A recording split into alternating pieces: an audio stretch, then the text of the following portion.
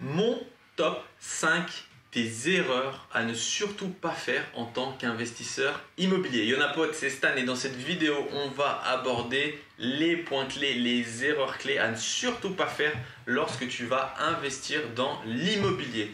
Je t'ai fait un petit top 5, tu vas m'en donner des nouvelles. La première, c'est mettre de l'apport. En fait, mettre de l'apport, c'est un peu ton outil ultime pour convaincre le banquier. Dans un premier temps, il faut vraiment que tu partes du principe que l'idée, c'est de mettre le moins d'apport possible. Pourquoi? Parce que tu auras un retour sur investissement quasiment infini. Quand tu ne mets pas un centime dans un bien immobilier et qu'il te rapporte de l'argent, c'est quoi?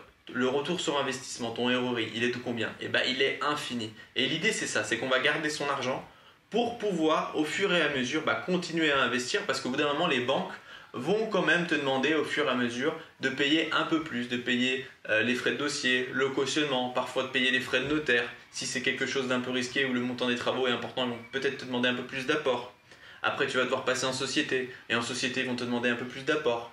Les mensualités seront également un peu plus courtes. Donc, l'erreur à ne pas faire, c'est à perdre ton argent, à perdre tes liquidités parce que dis-toi bien, une chose, c'est que le banquier, il est excité par tes liquidités et quand tu n'en as plus, tu ne l'excites plus. Et si tu l'excites plus, tu ne pourras plus continuer à faire des prêts immobiliers.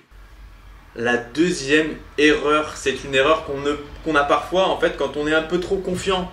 En fait, c'est l'erreur de ne pas visiter suffisamment. On a acheté un bien immobilier, tout s'est bien passé. On veut acheter le deuxième, on trouve une annonce, on a l'impression que c'est l'annonce de folie et tac, on va dessus sans réfléchir. En fait, il faut bien à chaque fois garder en tête que plus tu vas visiter de biens immobiliers, plus tu vas connaître ton marché et plus tu seras capable d'identifier clairement les bonnes opportunités. Dans une même ville, il y a plusieurs quartiers, il y a plusieurs secteurs et en fonction de ces secteurs-là, les prix vont varier. Et donc c'est très important d'avoir un nombre de visites qui soit régulier et qui soit surtout important avant de cibler et avant d'acheter un bien immobilier. Si c'est ton premier investissement, je te conseille de faire au moins 10 visites avant d'acheter ton premier bien immobilier. Si tu en as déjà fait et que du coup il y a un grand travail avant la visite, c'est-à-dire que tu vas appeler l'agent immobilier, tu vas poser des questions sur le secteur, sur les travaux, sur les montants de la taxe foncière, les montants de la copro et que tu vas faire un travail un petit peu qui va te permettre de moins visiter mais de passer plus d'appels, à ce moment-là, 5 à 6 visites peuvent être suffisantes. Mais je te conseille réellement d'en faire le plus possible parce que quand tu connais parfaitement ton marché et qu'il y a une affaire de fou furieux, tu te jettes dessus, tu négocies pas le prix et tu es excité comme un âne. Donc l'idée, c'est vraiment d'être un sniper et de sniper uniquement les biens les plus rentables et pas justement d'être trop excité et d'aller trop vite réaliser son deuxième ou son troisième investissement. La troisième erreur, c'est de ne pas mettre en place de fausses annonces pour estimer tes futurs loyers. Encore une fois, tu as peut-être investi une première fois, tu es à la recherche de ton deuxième bien immobilier, ne passe surtout pas à côté des annonces fictives. Personnellement, j'ai déjà abandonné des projets après avoir signé le compromis parce que je n'avais pas justement respecté cette règle des fausses annonces.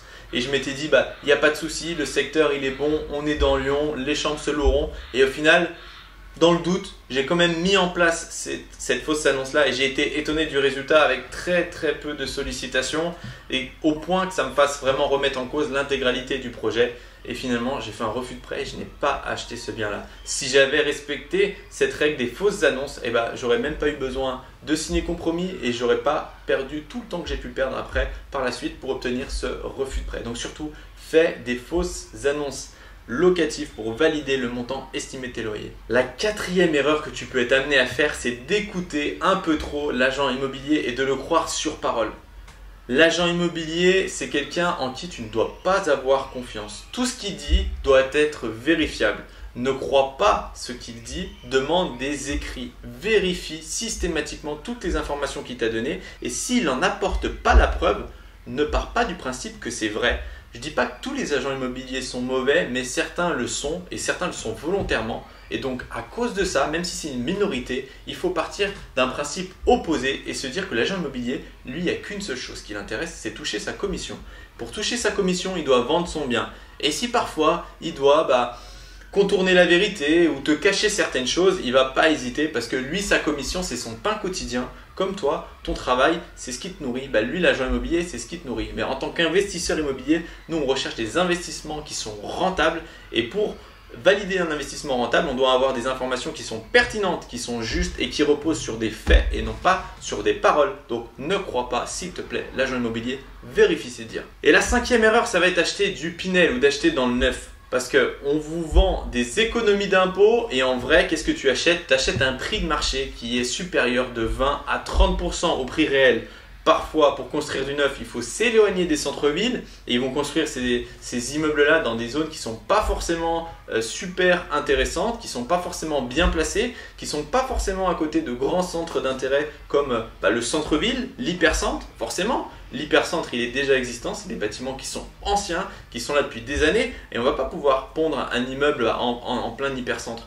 On va s'excentrer à chaque fois. Donc surtout, vérifie la pertinence de l'emplacement de tes achats immobiliers et surtout n'investis pas dans le neuf ni dans le Pinel. Le Pinel aussi, c'est quoi? C'est quelque part pour moi être menotté. Parce que tu sais que quand tu investis dans le Pinel, tu es lié pendant 7 à 9 ans. Et pour bénéficier des économies d'impôts que tu as voulu mettre en place, tu dois louer pendant 7 à 9 ans ce bien immobilier. Également, dans le Pinel, tu as des conditions de ressources qui sont assez strictes pour tes locataires. C'est-à-dire que tu ne vas pas pouvoir partir, même si ton bien il est magnifique, très bien décoré, très propre, tu ne vas pas pouvoir partir sur les meilleurs locataires. On va te dire, bah non, monsieur, vous êtes dans telle zone, donc il y a des contributions de ressources. Il faut qu'au maximum, votre locataire gagne tant. Et donc, tu ne pourras pas avoir les meilleurs locataires. Et pareil, tu as des loyers qui sont plafonnés. C'est-à-dire que ton appartement, il est tip-top. Tu pourrais peut-être le louer 700 €. On va se dire, non, monsieur, vous êtes en Pinel. Le Pinel, c'est 550 € maximum. C'est des ratios prix-location mètre carré. Donc, en gros, c'est quoi le Pinel? Tu vas payer plus cher. Tu ne vas pas maîtriser ton loyer. Tu ne vas pas maîtriser à qui tu loues. Et en plus, tu es engagé pendant 7 à 9 ans. Donc, surtout, ne va pas là-dedans. J'espère que cette vidéo aura été instructive. Si c'est le cas et si tu penses qu'elle peut intéresser ton ami, un de tes amis, n'hésite pas à lui partager. Si tu souhaites recevoir la prochaine vidéo directement bien au chaud dans ta boîte mail, n'hésite pas à t'abonner. Quant à moi, je te retrouve très bientôt pour une prochaine vidéo. Au revoir.